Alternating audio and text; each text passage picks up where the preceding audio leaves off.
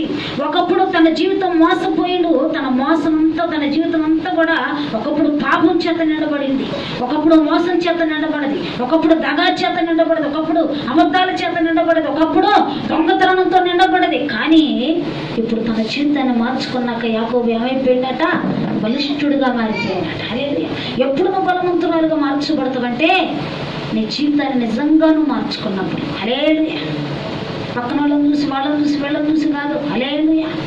ఎవరినో చూడొద్దు అంటాడు దేవుడు. ఏమంటాడు? నన్ను చూసి నీవు రక్షణ పొందు. హల్లెలూయా.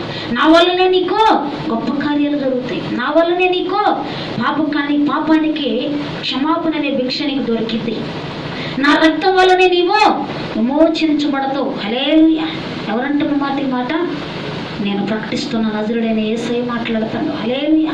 మనుషుల వైపు చూస్తే నువ్వు పడిపోతావు, మనుషుల వైపు చూస్తే నువ్వు చెదిరిపోతావు, మనుషుల